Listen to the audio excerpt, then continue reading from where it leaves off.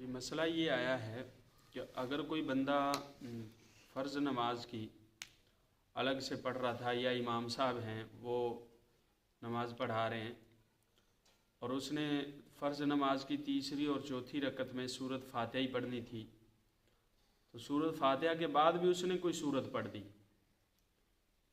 कोई भी सूरत पढ़ ले, पहली रकत में पढ़ ले, तीसरी में यानी या चौथी में पढ़ ले, तो क्या इसके ऊपर सजदा साहव वाजिब होगा या नहीं।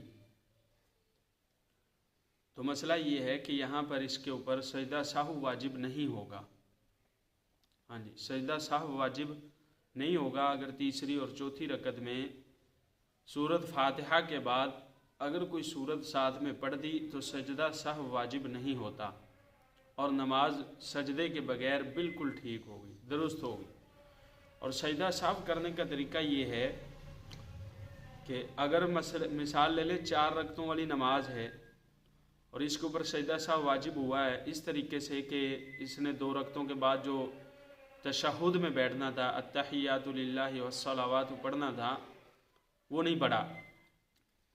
अब ये सीधा खड़ा हो गया है तीसरी रकत के लिए, यानी दूसरी और तीसरी रकत के दरमियान जो बैठना था वो बैठा नहीं है। तो अब इसके लिए ये हुक्म है कि इसके ऊपर सजदा साहव वाजिब हो जाएगा और नमाज सजदे साहव के साथ ठीक हो जाएगी।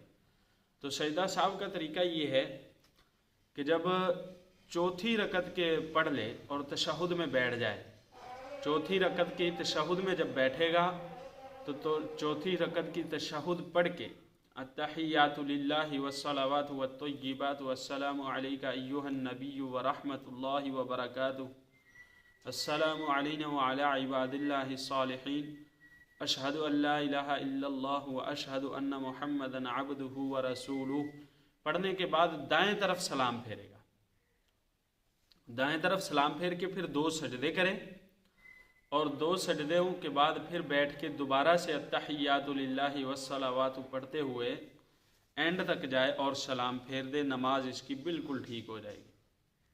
हाँ जी, क्योंकि वाजिब के छोड़ने की वजह से सजदा साहव आता है। वाजिब छोड़ दिया या उसने अगले रुकन में बहुत ज़्यादा ताख़ीर कर दी तो उसकी वजह से सजदा साहव वाजिब होगा। मिसाल के तौर पर दूसरी रकत में जब तशहुद में बैठा, अत्तहियात भी पढ़ ली, अल्लाहुम्मा सल्ली पढ़ा, खड़ा हो गया, याद आ गया तो सजदा साहव वाजिब नहीं होगा।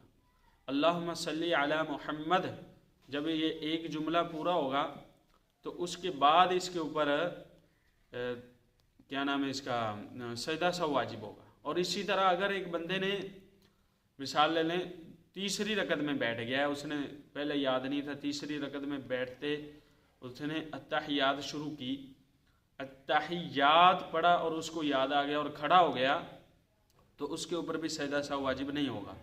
अत्तहियातु लिल्लाहि पढ़ लिया तो अब इसके ऊपर सजदा साहव वाजिब हो जाएगा। एक जुमला पूरा होना, यानी जब जुमला पूरा उसने खिलाफ रुकन पढ़ लिया तो फिर इसके ऊपर सजदा साहव वाजिब होगा, वरना सजदा साहव वाजिब नहीं होगा। और ये 14 वाजिबात हैं तकरीबन 14 के जिसके छोड़ने की वजह से सजदा साहव वाजिब होता है। अलहदा से सूरत फ़ातिहा का छोड़ देना, इससे भी सजदा वाजिब होगा। सूरत फ़ातिहा तो पढ़ी लेकिन आगे सूरत पढ़ना छोड़ दिया, भूल गया, तो इससे भी सजदा साहव वाजिब होगा। एक सजदा छोड़ दिया उससे भी सजदा साहव वाजिब होगा।